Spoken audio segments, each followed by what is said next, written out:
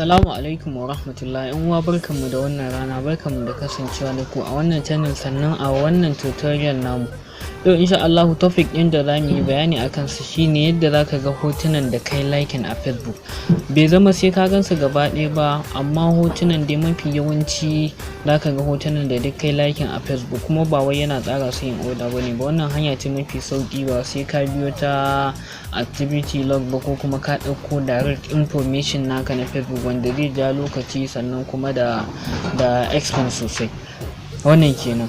Da fatan za ku ci gaba da bibiyar mu har ƙarshen wannan bidiyo domin ganin yadda za ka ga hotunan naka da kai liking a Facebook.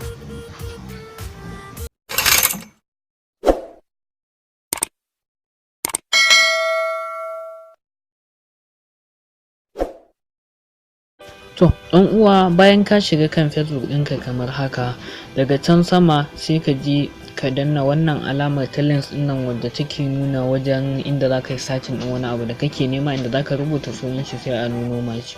Sai in je sai in yi clicking a wurin kamar haka.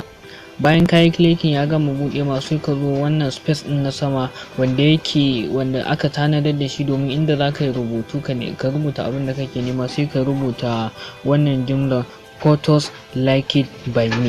Kafin ma ka gama rubutawar zai nuno ma photos liked by me, sai ka yi clicking nasa.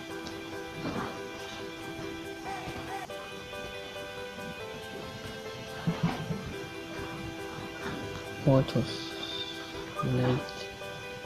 Yawa, idan kun duba gashi na option na biyu ya ce mana photos liked by me, sai ka yi clicking nasa. Bayan ya gama loading zai buɗe ma hotuna da dama wanda ido ga sai ka hotunan nan kai liking nasu, wasu da daɗewa wasu kuma a kusa. Kamar wannan hoton da nuno mu na farko, wannan yau ne liking nasa, amma kuma waɗanda suka biyo bayan sa hotuna ne da suka daɗe, wasu sun yi shekara wasu mafi, amma dai duk na tabbatar cewa ne liking nasu. To kai ma haka dan uwa, in ka gwada haka, in ka ci gaba da scroll zaka ga hotuna da yawa kai ka ma manta da kai liking nasu, insha Allah zaka gansu da yawa. Wannan sannan hotunan ba wai iya a profile din wani ba, hatta a group, inda open group ne aka sa hoton, inda kai wannan zaka ga irin su nan ina gani da wasu ni na sa su ma wanda kina su samu da shi. Wannan kinin ina fatan yan uwa sun gane. Sannan wanda yake da tambaya akan wannan tutorial namu, da Allah ya mana magana, insha Allah za mu ba shi amsa.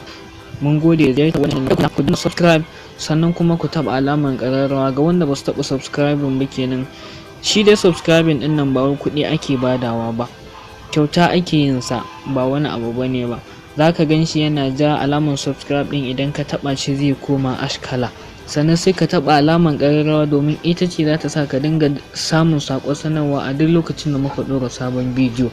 Mun gode da ziyartar wannan channel namu. Kada ku manta ku yi share ga abokanku, sannan kuma kafin ku fita ku daure ku danna like. Mun gode, sai an jima.